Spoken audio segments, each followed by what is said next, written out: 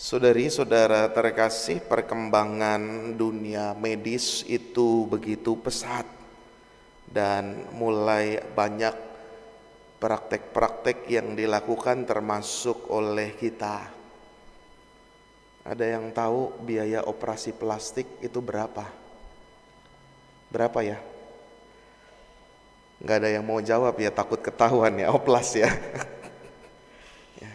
Saya nggak tahu juga berapa biaya operasi plastik. Sulam alis itu operasi plastik bukan ya?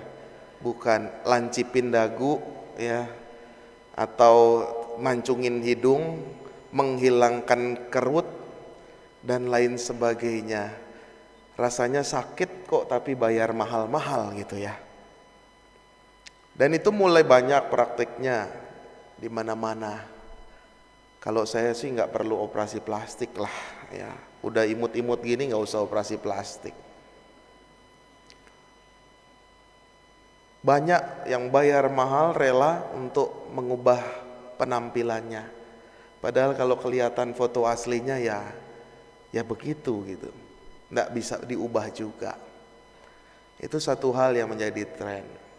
Hal lain yang kadangkala ini juga saya sering survei, Bapak Ibu, saudari-saudara, kalau belanja pakaian itu berapa jam? Cukup 1 jam? Nggak cukup ya. 2 jam? 2 jam tuh cukup Romo, tapi buru-buru ya. Minimal 3 jam lah Romo belanja pakaian, sepatu dan lain sebagainya. Ya, minimal 3 jam. Dan lain sebagainya. Dan bahkan kita juga kalau lihat acara-acara televisi, misalkan harga handphone termahal di dunia, perhatikan saja, bukan karena teknologinya, tetapi biasanya urutan-urutan nomor 1 yang termahal itu karena dilapisi dengan ofir, dilapisi dengan emas berapa gram, dilapisi dengan berlian, itu menjadi paling mahal. Padahal handphonenya juga biasa aja, sama seperti yang lain. Saudari-saudara, itu beberapa contoh dari apa yang mau kita renungkan pada minggu hari ini. Kadangkala kita banyak menghabiskan waktu, tenaga, mungkin juga uang untuk apa yang kita tampilkan. Ya. Untuk apa yang kita tampilkan, yang kelihatan orang itu kita rela. Tadi operasi plastik rela bayar mahal. Saya yakin gak cuma 200-300 ribu. Waktu untuk belanja pakaian bisa kita habiskan 3 jam. Ya. Beli casing handphone juga bisa semahal-mahalnya. Ingat, itu yang luaran. Yang tampak oleh orang. Mungkin diri sendiri juga gak menikmati. Yesus pada bacaan Injil mengingatkan, bukan karena adat nenek moyang kamu cuci tangan, tapi jauh lebih dari itu.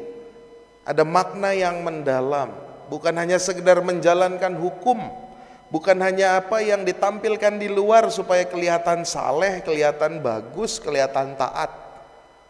Namun di balik itu Yesus, oke, nggak apa-apa, kamu cuci tangan, sehat supaya kamu nggak sakit. Jadi bukan karena ada aturan yang ini, tapi nggak tahu maknanya. Sama dengan hidup keagamaan yang tadi saya katakan. Semua ini menjadi sarana, saudari-saudara. Ada misa di gereja hari Sabtu jam 5. Ada kursi-kursi yang disiapkan, ada layar-layar, ada altar, ada lilin, semua ini sarana keagamaan. Ya kalau kita berhenti sampai di sarana ini, ya sudah, nggak dapat apa-apa. Tapi jauh maknanya lebih dalam lagi, bagaimana tujuannya adalah hidup rohani kita. Perintah yang utama tadi dalam pengantar jauh lebih penting. mengasihi Allah dan mengasihi sesama. Ini menjadi jauh lebih penting. Yang kadangkala kita kebalik-balik saudari-saudara. Yang menjadi tujuan kadangkala hidup keagamaan. Yang tampak bisa dilihat dengan mata, bisa didengar dengan telinga. Oh iya, dia orangnya saleh. Oh iya, dia pelayanannya baik, bagus. Padahal kita nggak tahu hatinya bagaimana. Bagaimana dengan kehidupan doanya. Bagaimana dengan kehidupan rohaninya. Jangan-jangan dia sebenarnya jauh dari Tuhan. Pertanyaan buat kita. Dipertegas dengan Yesus, apa yang masuk itu tidak menajiskan, tetapi apa yang keluar. Artinya apa? Dari dalam hidup rohani kita, hati kita mempengaruhi bagaimana yang keluar. Kalau kita punya hati yang bersuka cita, ketawanya juga beda kok. Tanggapan-tanggapan terhadap situasi di luaran dirinya itu juga berbeda. Tapi kalau hatinya penuh dendam itu juga kelihatan. Dari fisiknya, dari mimik wajahnya, dari kata-kata yang dipilih itu juga kelihatan. Kita bisa menipulah dengan berbagai macam wajah. Oh, gembira, sukacita, wajahnya ketawa, senang, iya. Padahal dalam hatinya mungkin lagi hancur. Padahal mungkin hatinya berbeban berat. Padahal mungkin hatinya menyimpan dendam yang tak termaafkan. Nah, itu bahaya. Kita diingatkan sama Yesus untuk itu. Bahwa bukan hanya yang luaran saja, tetapi juga bagaimana sikap batin kita, kerohanian kita, relasi pribadi kita dengan Tuhan Yesus itu menjadi yang utama. Lalu pertanyaannya yang muncul, Romo berarti yang luaran gak penting dong Romo, berarti yang luaran gak usah kita urusi. Enggak. Yang luar, yang tampak juga kita perhatikan. Supaya apa? Supaya menjadi pengingat. Menjadi pengingat, oh iya, saya ke gereja jam 5 deh hari Sabtu. Itu kan sebenarnya yang luaran tadi, sarana. Supaya apa? Mengingatkan kita. Ketika di gereja ada pengalaman-pengalaman rohani. Bisa lewat sabda yang didengarkan, bisa lewat komuni, bisa lewat lagu-lagu yang dinyanyikan, atau bisa ketemu dengan pribadi-pribadi tertentu yang mengingatkan kita, oh iya, sapaan-sapaan yang hangat. Semua itu menjadi sarana, tapi yang membantu dan mengingatkan batin kita. Maka saudari-saudara, kita senantiasa memohon rahmat Tuhan untuk hal itu. Bukan hanya yang luaran, tetapi batin kita senantiasa dikuatkan. Ya. Kalau tadi kita bisa sibuk berjam-jam ya, menghabiskan waktu memikirkan yang luaran, kita bercermin 1 jam kita merenungkan dan memupuk batin kita dalam ekaristi, kadang juga ya kadang isi, kadang bolong, kadang isi, kadang bolong. Itu menjadi penting. Jauh lebih penting batin kita yang mengasihi Tuhan dan mengasihi sesama. Terlebih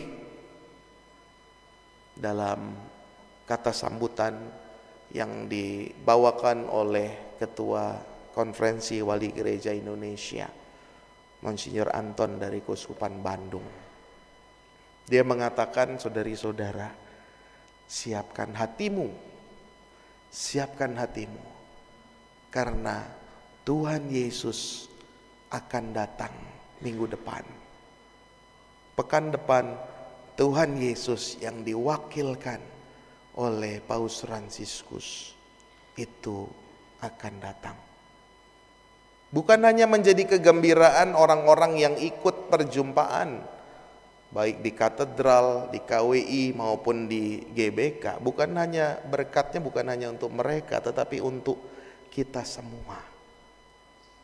Yesus yang datang, Yesus yang dekat dengan kita. Maka saya sampaikan kemarin sedikit bocoran di lingkungan berapa itu. Berdoa saja supaya ketika pulang nanti tanggal 6, Paus Fransiskus itu naik pesawatnya lewat Halim. Ya, karena apa?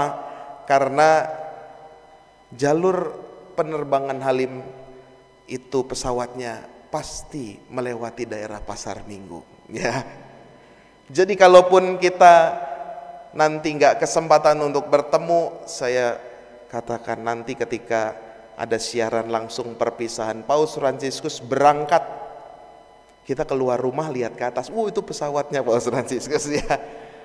Tapi itu juga menjadi kegembiraan, menjadi berkat buat kita semua, sehingga batin kita juga dikuatkan. Bukan hanya yang luaran, tetapi dari dalam. Apa yang dari dalam juga mempengaruhi apa yang kita tampakkan pada Tuhan dan pada sesama. Kita syukuri sabda Tuhan, kita hening sejenak.